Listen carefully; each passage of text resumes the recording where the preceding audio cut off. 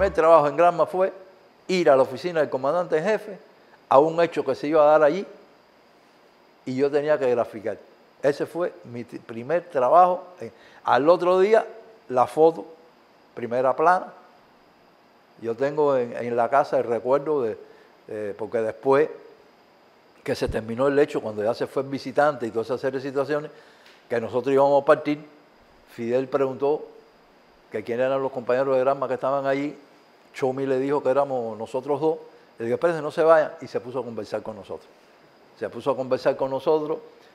Hay testimonio gráfico de esa conversación. Imagínate, yo con el maletín, la cámara enganchada en el cuello, Sara al lado mío, Fidel hablando con nosotros dos, Chile de frente grabando en cámara aquello, cuando aquello Chile, joven, con cabello en la cabeza, ahora usa gorra. Y ese fue el primer momento. ¿Y de qué estamos hablando ahí con el comandante? ¿Por qué te refieres al comandante? El comandante era impredecible. El comandante lo mismo te hablaba del tema que estaba, o te hacía preguntas, o qué tú crees de aquello, qué cosa es aquello, cosas así. Y uno realmente, uno como periodista, después lo fui conociendo, ¿no? Uno como periodista, cuando estaba ante el comandante, lo mismo podía pasar del estado de preguntar al estado de ser interrogado. Y realmente era muy feo que te hicieran preguntas y tú no tuvieras argumento para dar tu criterio, ¿no? Y eso era una posición bastante fuerte. Ese fue el primer trabajo. Fidel estaba en inauguración de escuelas, inauguración de círculos infantiles. Cuando aquí en la capital se inauguraron millones de círculos infantiles, tuvimos una gran labor los fotógrafos porque estábamos en equipos cruzados.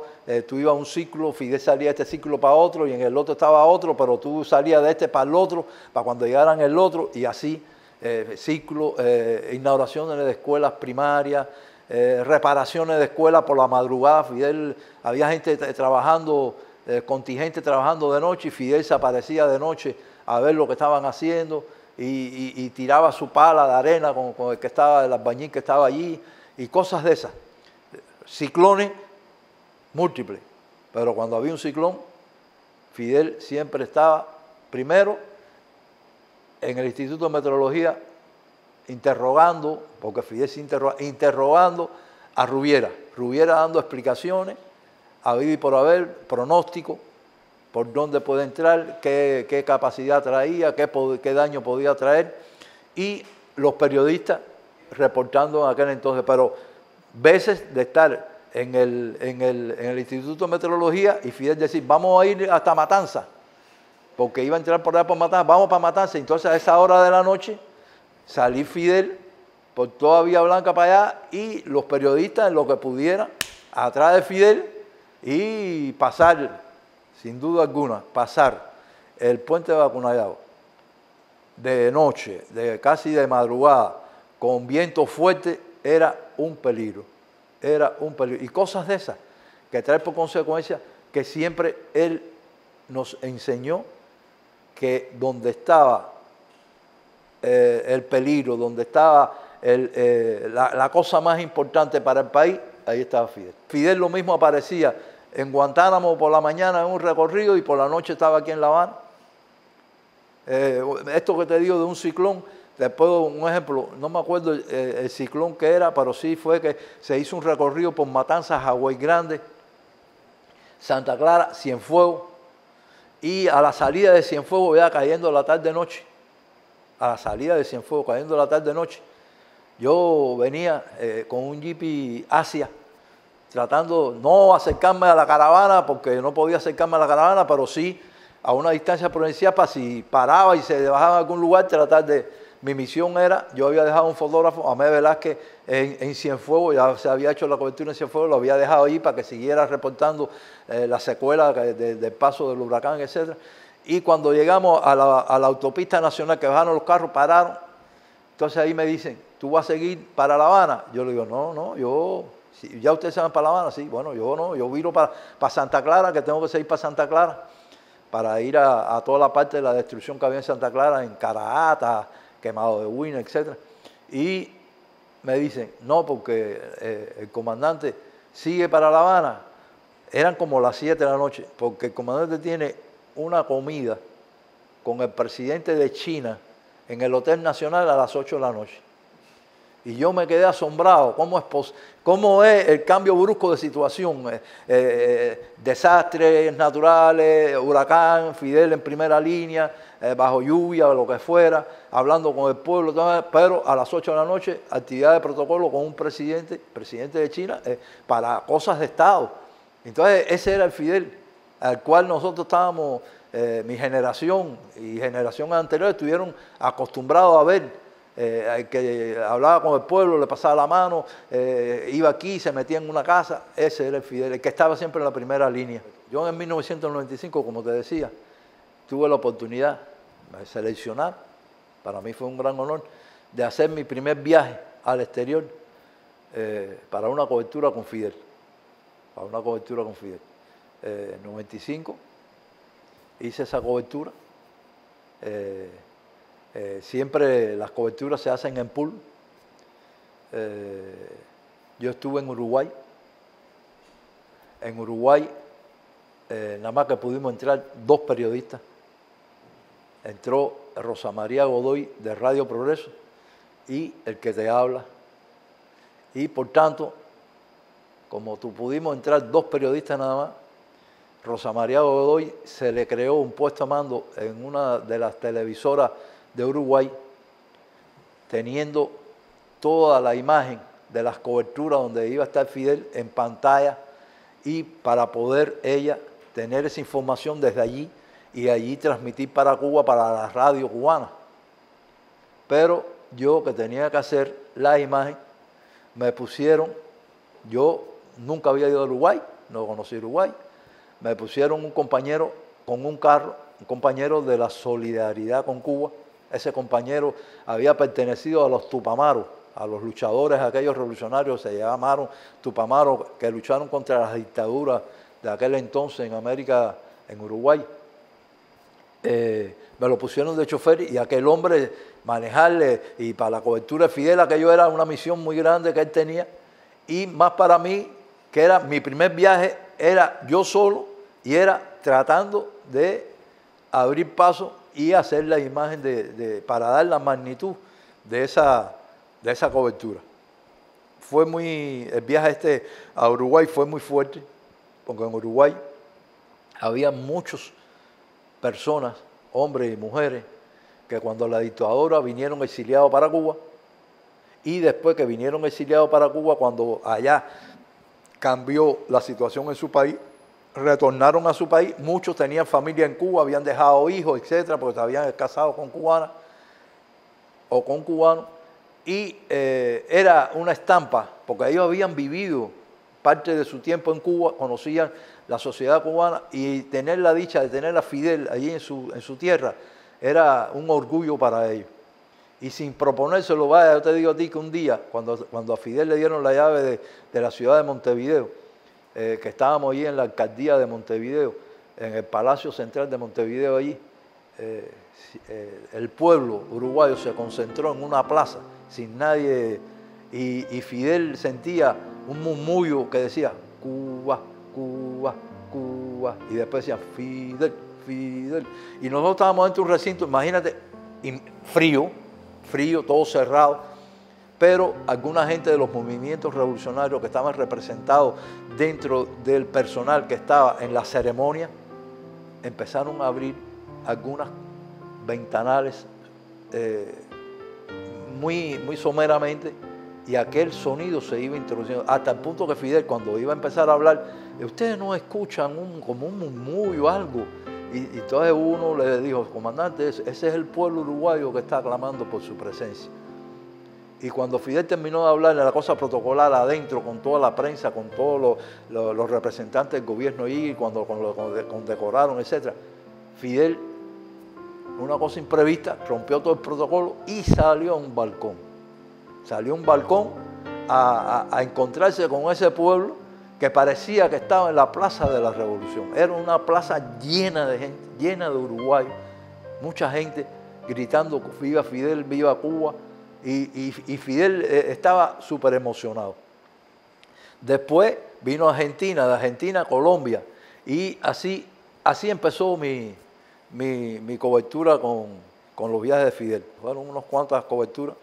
Tuve la dicha de estar incluso en el último viaje que hizo Fidel al exterior, que precisamente lo hizo a Argentina. Lo hizo a Argentina, a una cumbre en Córdoba. Y tuve esa dicha de ese último viaje del comandante, donde visitó la casa de Che Guevara, la visitó con Chávez. Estuvo allí. El pueblo de Córdoba le dio tremenda recibimiento. Y sin duda alguna, trabajar con Fidel era un reto. ¿Por qué era un reto? Primero, porque por mucho que tú, yo no sé si a otro le pasara lo mismo, pero por mucho que tú trabajaras en cobertura con Fidel, siempre la imagen, siempre su acción, siempre los pasos agigantados esos que él daba, la manera en que se desarrollaba, la manera que las personas lo trataban, incluso hasta enemigos, hasta personas en el exterior, presidentes que uno sabía que eran presidentes que siempre hablaban contra la revolución cubana, pero cuando veían a Fidel se convertían en una gelatina. Querían retratarse con Fidel, querían estar al lado de Fidel, y entonces tú te dabas cuenta de la magnitud de la personalidad de Fidel.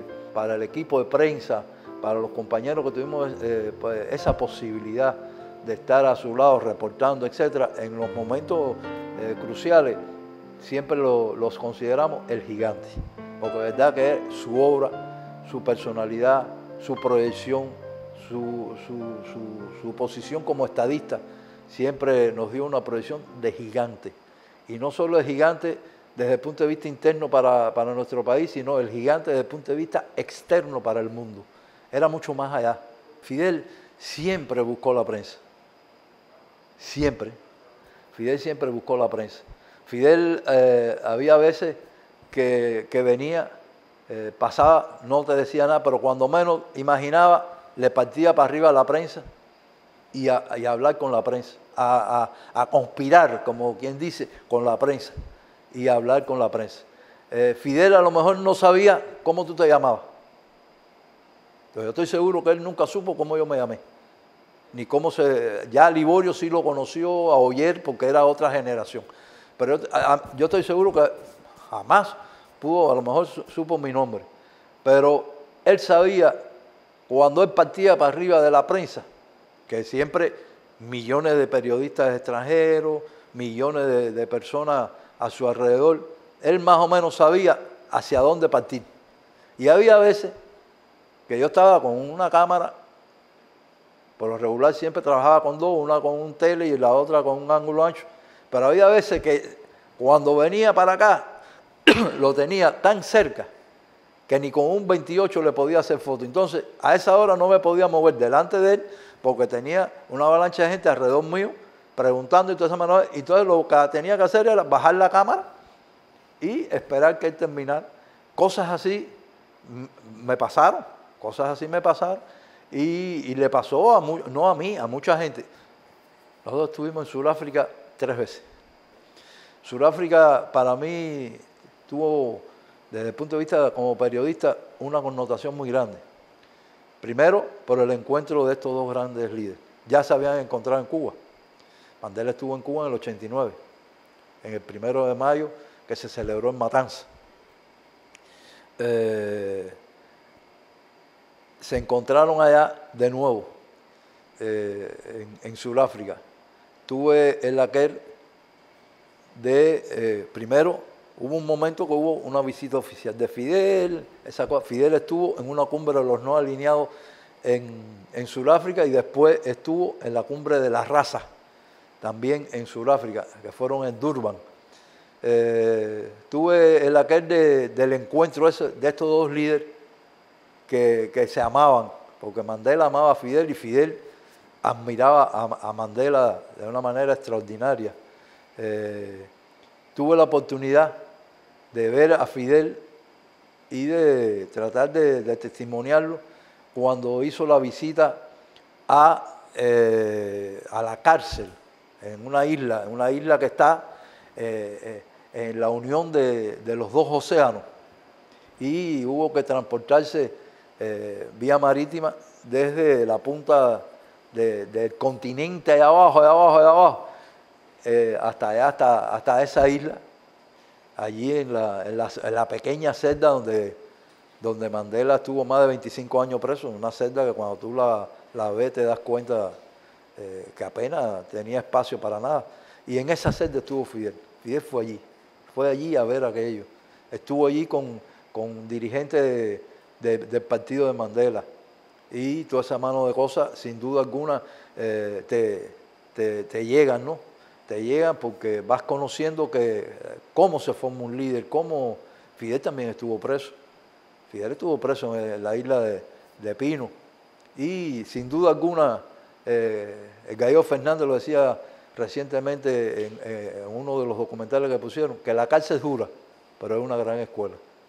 Pues, la cárcel forma, más cuando son presos que tienen ideales, presos que tienen proyecciones políticas, y sin duda alguna esta relación se percata uno en esos momentos. Vi a un Fidel ante el Parlamento surafricano, donde todavía estaban representantes del apartheid, hablar y decirle la importancia que tuvo el combate de Cuito Canavales, donde participaron cubanos cuando la guerra de Angola, donde derrotaron al ejército sudafricano, y cómo esa derrota incidió en la liberación de Namibia e incidió en el cambio de la proyección de la política en Sudáfrica.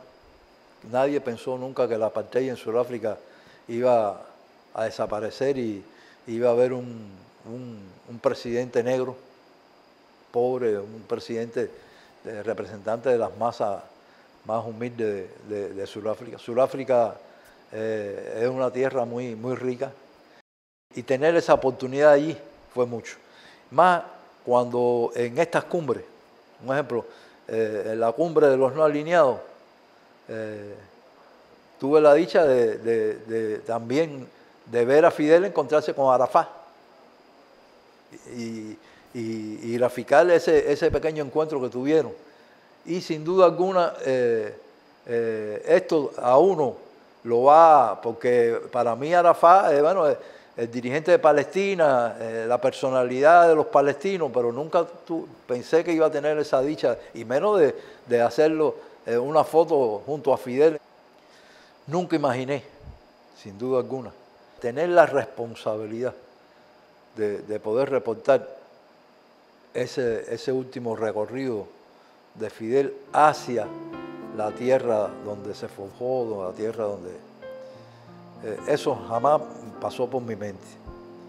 Ya cuando conocimos de la noticia, sin duda alguna, conocer la noticia cuando la dio el general de ejército por televisión, eso nos embargó de una tristeza tremenda, más sabiendo lo que podía conmover al pueblo, y enseguida nos involucramos en la cobertura acá, en la Plaza de la Revolución, en toda esa serie de situaciones. Ya cuando nos fuimos en la Escatolina, que ya teníamos la misión de ir a la Escatolina,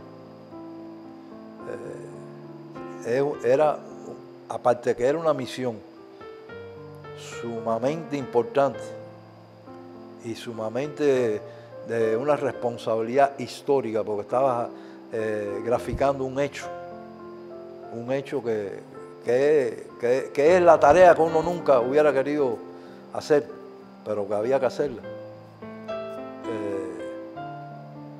La responsabilidad esa traía por consecuencia de que uno tenía que reflejar en imagen el sentimiento del pueblo.